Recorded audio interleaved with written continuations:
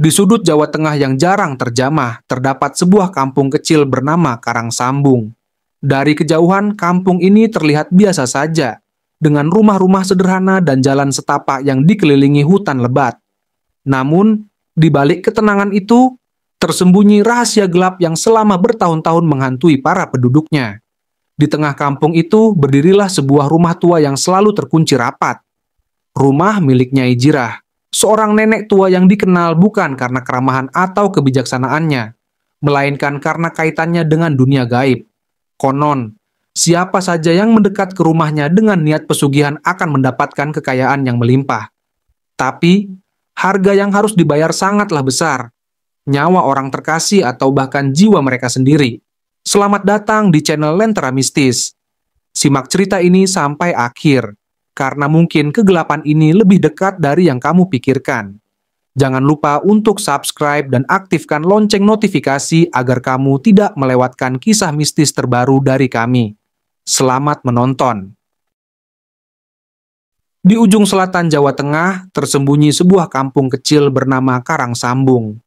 Kampung itu dikelilingi hutan lebat yang jarang dijamah manusia, dengan jalan setapak yang hanya bisa dilalui oleh kendaraan roda 2. Ketika malam tiba, suasana berubah mencekam.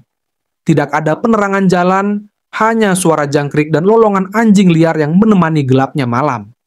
Kampung ini terkenal bukan karena keindahannya, tetapi karena legenda pesugihan yang membayangi setiap sudutnya. Konon, di kampung ini terdapat seorang nenek tua bernama Nyai Jirah yang dianggap sebagai penjaga ritual pesugihan.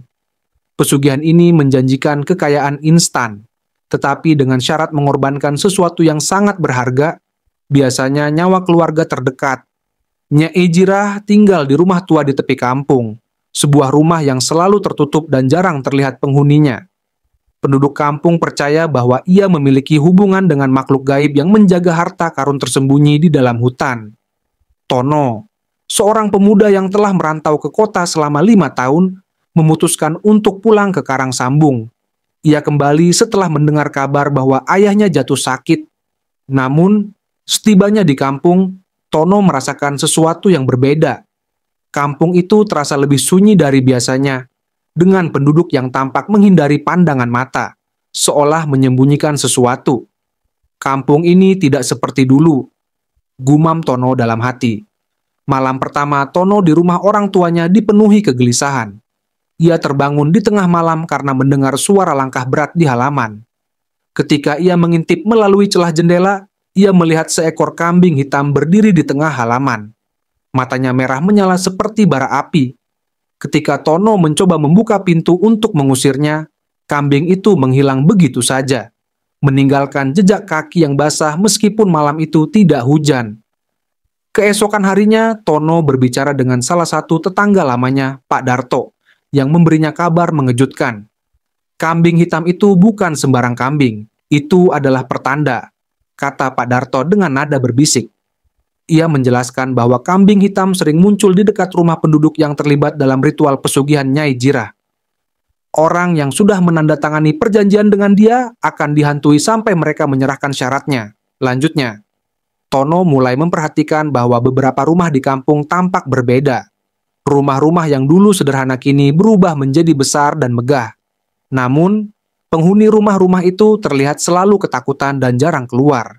Salah satu rumah itu milik Pak Warto, seorang petani biasa yang tiba-tiba menjadi kaya setelah istrinya meninggal secara misterius.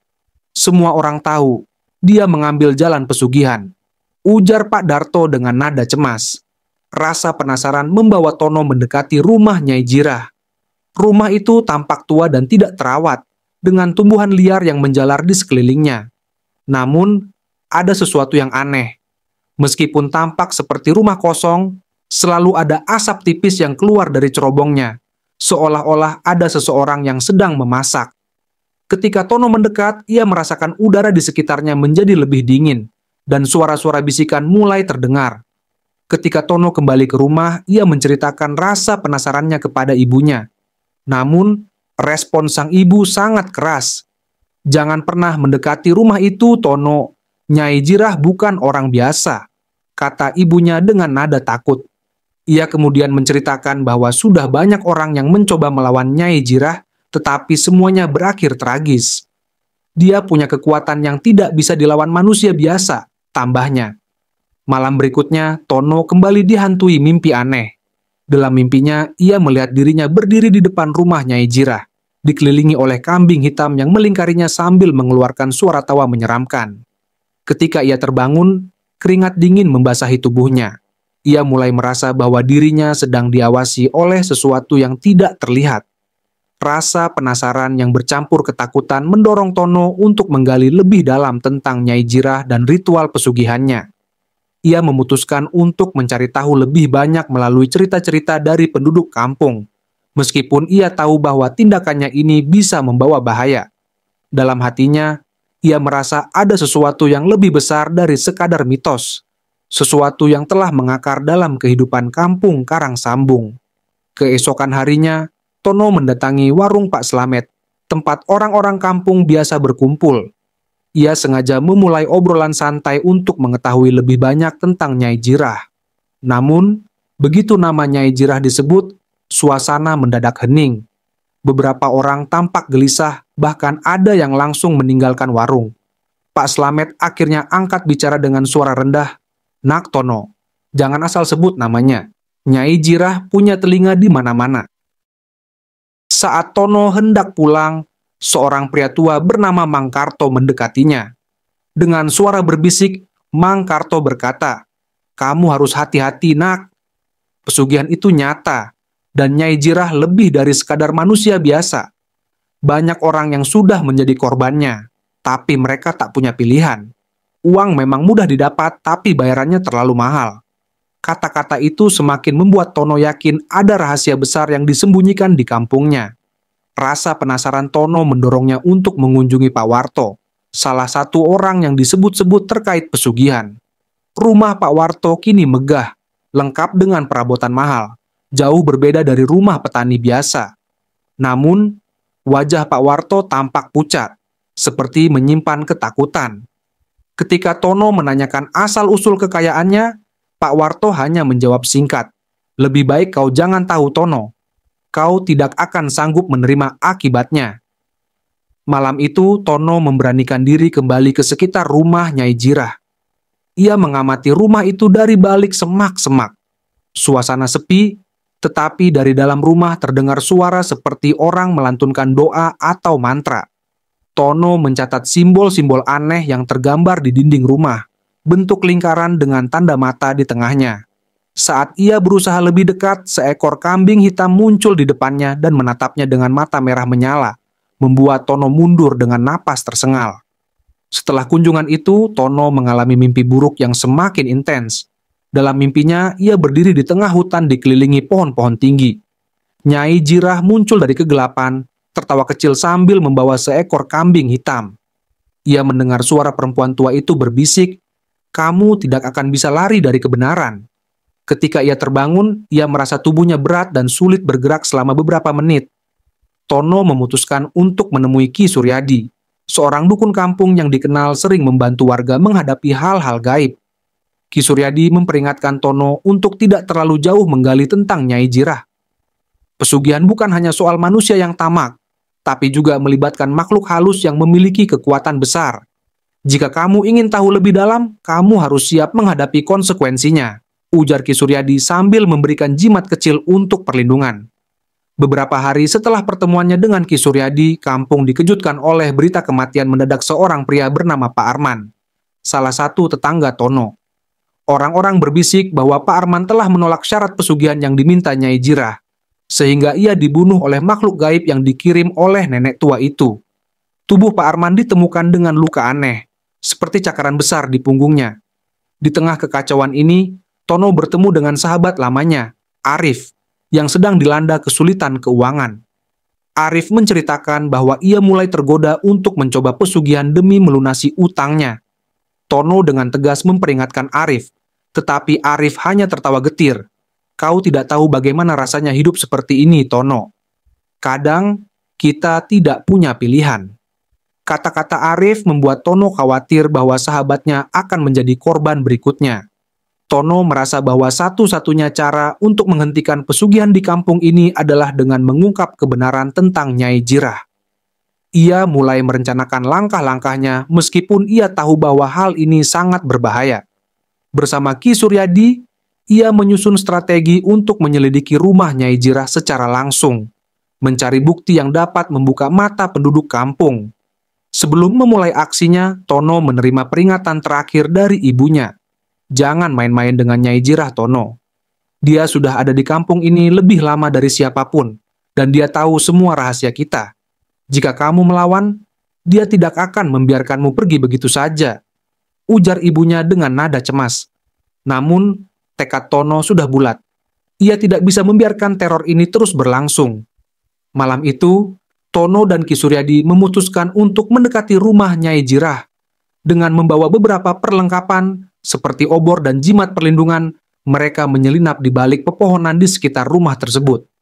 Tono merasakan hawa dingin yang menyelimuti tempat itu, sementara suara-suara aneh mulai terdengar, seperti bisikan dan jeritan samar. Ki Suryadi memperingatkan Tono untuk tetap tenang, tetapi ia sendiri tampak gelisah. Tempat ini penuh dengan makhluk tak kasat mata, bisiknya. Ketika mendekati bagian belakang rumah, mereka menemukan sebuah lubang besar di tanah yang dipenuhi benda-benda aneh. Boneka jerami, foto orang-orang kampung, dan potongan kain yang tampaknya diambil dari pakaian korban pesugihan. Di atas lubang itu tergantung seekor kambing hitam yang terikat di sebuah palang kayu. Ki Suryadi menggelengkan kepala. Ini adalah tempat pengorbanan. Setiap jiwa yang dijual ditandai di sini. Tanpa peringatan, angin kencang menerpa mereka. Meskipun malam itu tenang, obor yang mereka bawa padam seketika, dan suara lolongan anjing terdengar dari segala arah. Ki Suryadi segera menarik Tono mundur, tetapi sebelum mereka bisa pergi jauh, mereka melihat bayangan hitam besar berdiri di depan mereka. Bayangan itu memiliki mata merah menyala dan tanduk seperti kambing. "Lari!" teriak Ki Suryadi sambil melemparkan segenggam garam ke arah bayangan tersebut. Di tengah pelarian mereka, Tono mendengar suara sahabatnya, Arif, memanggil dari dalam rumah Nyai Jirah. Tanpa berpikir panjang, ia mencoba kembali untuk menyelamatkan Arif, tetapi Ki Suryadi menahannya. Dia sudah membuat keputusan, Tono. Tidak ada yang bisa kita lakukan. Namun, Tono tidak menyerah. Ia kembali mendekati rumah dan melihat Arif tengah berlutut di depan Nyai Jirah, menangis sambil memohon ampun.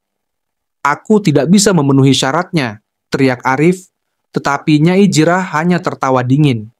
Tiba-tiba tubuh Arif terangkat ke udara dan ia menghilang dalam kepulan asap hitam. Ketika Tono berteriak marah, Nyai Jirah menoleh ke arahnya. "Anak muda yang penasaran, kau sudah melihat terlalu banyak," ujarnya dengan nada dingin. Tono merasa tubuhnya kaku, tidak bisa bergerak, sementara Nyai Jirah mulai mendekatinya. Namun, Ki Suryadi muncul dengan mantra pelindung, menciptakan lingkaran cahaya di sekitar Tono. "Kau tidak bisa mengambilnya, Jirah!" bentak Ki Suryadi. Nyai Jirah mundur, tetapi ia memberi peringatan, "Kalian tidak akan selamat dari ini." Setelah berhasil keluar dari rumah Nyai Jirah, Tono dan Ki Suryadi kembali ke kampung dalam keadaan babak belur. Wajah Tono penuh luka akibat ranting dan terjatuh selama pelarian. Ketika mereka sampai, mereka mendapati kampung dalam kekacauan.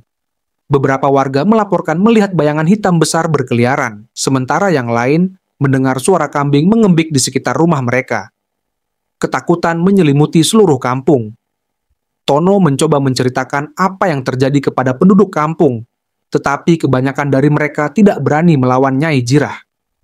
"Kita sudah terlalu lama hidup dalam bayangannya. Apapun yang kau lakukan, kau hanya akan memperburuk keadaan," kata seorang tetua kampung. Namun, beberapa pemuda mulai tertarik untuk membantu Tono, terutama setelah mengetahui bahwa Arif telah menjadi korban. Ki Suryadi mengungkapkan kebenaran yang mengejutkan kepada Tono.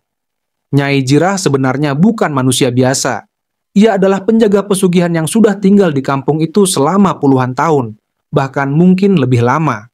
Nyai Jirah tidak bisa mati secara alami karena ia telah mengikatkan jiwanya kepada makhluk gaib sebagai penjaga ritual pesugihan. Satu-satunya cara untuk menghentikannya adalah dengan menghancurkan sumber kekuatannya, yaitu simbol-simbol gaib yang tersebar di rumahnya. Tono dan Ki Suryadi memutuskan untuk melawan. Mereka mulai mengumpulkan keberanian dan meminta bantuan beberapa warga yang masih berani. Ki Suryadi membuat jimat perlindungan untuk semua orang yang terlibat, sementara Tono memimpin rencana untuk menyerbu rumah Nyai Jirah dan menghancurkan simbol-simbol tersebut.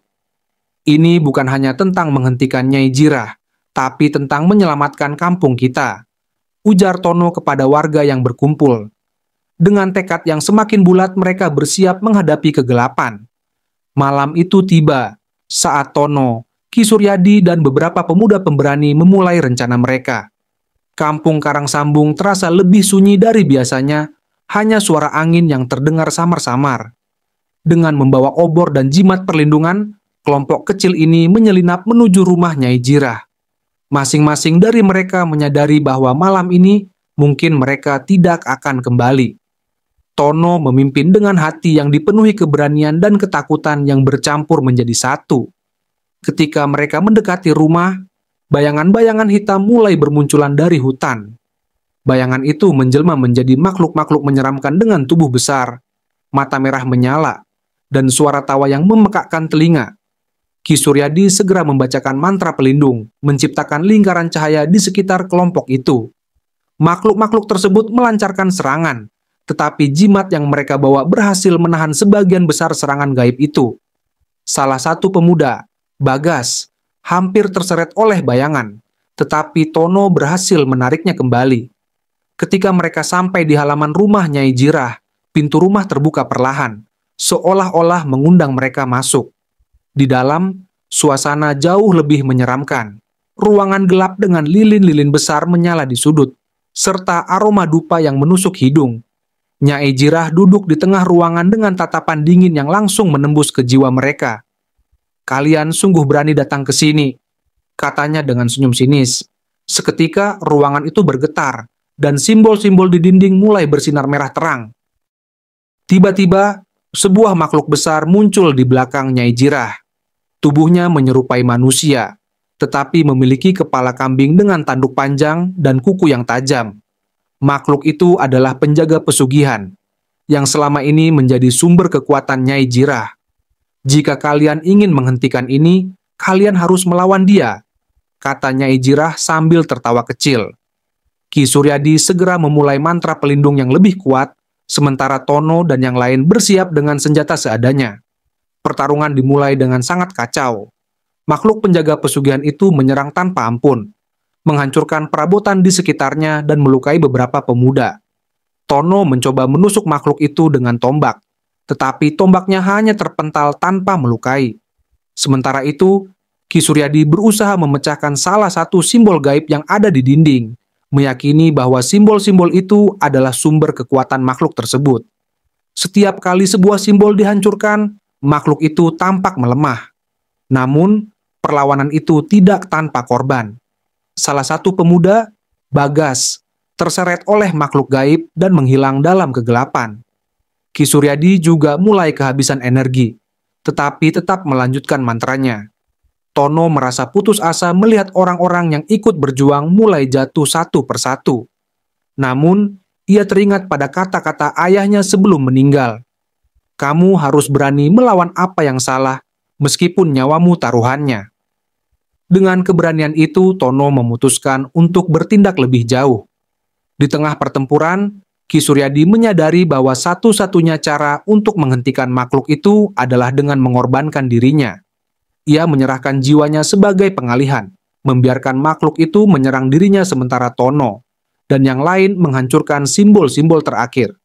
"Pergilah, selesaikan ini," teriak Ki Suryadi sambil melantunkan mantra terakhirnya. Makhluk itu menyerang Ki Suryadi, tetapi energi yang dilepaskan oleh dukun itu cukup untuk melemahkannya. Dengan simbol-simbol gaib yang hancur, kekuatan makhluk penjaga itu melemah, dan akhirnya menghilang menjadi asap hitam. Nyai Jirah, yang sebelumnya terlihat begitu kuat, kini tampak tua dan rapuh. "Kalian tidak tahu apa yang telah kalian lakukan," katanya dengan suara gemetar. Tono mendekatinya, tetapi Nyai Jirah memegang jantungnya terjatuh, dan perlahan tubuhnya berubah menjadi debu yang tertiup angin.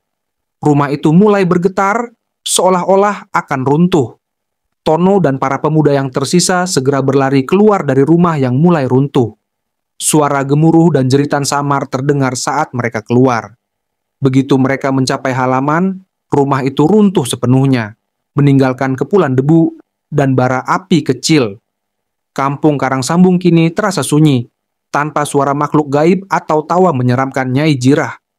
Meskipun mereka berhasil menghentikan teror Nyai Jirah, kemenangan ini terasa pahit. Beberapa pemuda gugur, termasuk Ki Suryadi, yang telah mengorbankan nyawanya. Tono berdiri di depan reruntuhan rumah itu dengan mata berkaca-kaca, tetapi hatinya merasa lega karena kampungnya telah bebas dari bayangan gelap pesugihan. Namun, ia sadar bahwa masih ada banyak luka yang harus disembuhkan, baik secara fisik maupun mental, di antara penduduk kampung. Pagi hari setelah pertempuran besar itu, kampung Karangsambung terasa lebih sunyi dari biasanya. Penduduk yang selamat keluar perlahan dari rumah mereka, menatap reruntuhan rumah Nyai Jirah yang kini hanya tinggal puing-puing. Tidak ada lagi suara kambing hitam, bisikan gaib, atau tawa menyeramkan yang pernah menjadi ciri khas malam-malam di kampung itu. Meski begitu, ketenangan ini tidak terasa sepenuhnya melegakan. Bayangan peristiwa mencekam semalam masih menghantui mereka. Warga berkumpul di balai desa untuk melakukan doa bersama bagi mereka yang gugur. Nama-nama seperti Bagas dan Ki Suryadi disebut dengan penuh haru, terutama Ki Suryadi, yang dihormati sebagai pahlawan karena pengorbanannya. Tanpa beliau, kita tidak akan bisa selamat, ujar Pak Darto, yang kini menjadi salah satu tokoh yang diandalkan warga. Warga juga mendirikan tugu kecil di tempat Ki Suryadi terakhir berdiri, sebagai bentuk penghormatan atas jasanya. Penduduk yang sebelumnya terlibat dalam pesugihan mulai merasakan akibatnya. Harta benda yang didapat secara instan mulai lenyap satu persatu dengan cara yang tidak masuk akal. Rumah-rumah megah yang dulunya berdiri gagah kini mulai runtuh. Sementara barang-barang mahal seperti perhiasan dan kendaraan mendadak rusak atau hilang. Mereka yang dulunya sombong kini hidup dalam penyesalan, berusaha kembali ke kehidupan sederhana yang pernah mereka abaikan. Tono, meskipun merasa lega karena berhasil menghentikan teror Nyai Jirah, masih merasa bersalah atas korban yang jatuh. Ia sering terbangun di malam hari, teringat wajah Arif dan Bagas yang tewas dalam perjuangan. Ibunya berusaha menenangkannya, mengatakan bahwa Tono telah melakukan apa yang benar. Kamu telah menyelamatkan banyak nyawa, nak. Jangan biarkan rasa bersalah menghancurkanmu, ujar sang ibu sambil menggenggam tangan Tono dengan hangat. Tono kemudian memutuskan untuk tinggal di kampung dan membantu membangun kembali kehidupan warga. Bersama para pemuda yang selamat, ia mulai membersihkan reruntuhan rumah Nyai Jirah dan membangun tempat baru untuk digunakan sebagai pusat kegiatan warga. Ia juga bekerja sama dengan tetua kampung untuk menyebarkan pesan bahwa kekayaan instan melalui pesugihan selalu membawa kehancuran. Kita harus belajar untuk bekerja keras, bukan mencari jalan pintas, katanya kepada warga. Namun, tidak semua orang yakin bahwa ancaman telah sepenuhnya berlalu. Beberapa warga melaporkan bahwa mereka masih mendengar suara kambing mengembik di malam hari di sekitar reruntuhan. Ada juga yang mengaku melihat bayangan hitam di pinggir hutan. Meski begitu, Tono meyakinkan mereka bahwa kekuatan besar Nyai Jirah telah dihancurkan. Yang tersisa hanyalah sisa-sisa energi yang lambat laun akan hilang. Ujarnya mencoba menenangkan. Peristiwa ini memberikan pelajaran mendalam bagi penduduk kampung Karangsambung. Mereka belajar bahwa kekayaan yang diperoleh dengan cara tidak benar selalu membawa bencana. Tetua kampung mulai mengajarkan nilai-nilai kerja keras dan saling tolong-menolong kepada generasi muda. Apa yang terjadi pada kita adalah peringatan bahwa keserakahan bisa menghancurkan segalanya, ujar Pak Darto dalam sebuah pertemuan warga. Perlahan tapi pasti, kehidupan di kampung Karangsambung mulai kembali normal. Ladang-ladang yang dulu terbengkalai kini kembali digarap. Warga yang sebelumnya hidup dalam ketakutan mulai membuka diri untuk bekerja sama membangun komunitas yang lebih baik. Tono menjadi sosok yang dihormati, bukan hanya karena keberaniannya, tetapi juga karena dedikasinya untuk mengubah kampung menjadi tempat yang lebih damai. Meskipun demikian, tidak semua kenangan dapat dihapus begitu saja. Setiap kali Tono melewati bekas rumah Nyai Jirah, ia merasa ada sesuatu yang mengawasi. Ia tidak pernah bisa melupakan suara tawa Nyai Jirah atau wajah sahabatnya, Arif, yang terakhir kali ia lihat sebelum menghilang dalam asap. Aku hanya berharap ini semua tidak sia-sia, gumamnya dalam hati. Tono menatap matahari terbenam dari puncak bukit yang menghadap kampung. Angin sore membawa aroma tanah basah yang menenangkan, memberikan harapan baru bagi kehidupan. Ia berjanji pada dirinya sendiri untuk menjaga kampung ini agar tidak lagi jatuh dalam kegelapan. Meski bayang-bayang pesugihan masih terasa, Tono yakin bahwa dengan kerja keras dan kebersamaan, kampung ini bisa menjadi tempat yang damai. Ia tahu bahwa perjalanan ke depan masih panjang, tetapi ia siap menghadapinya.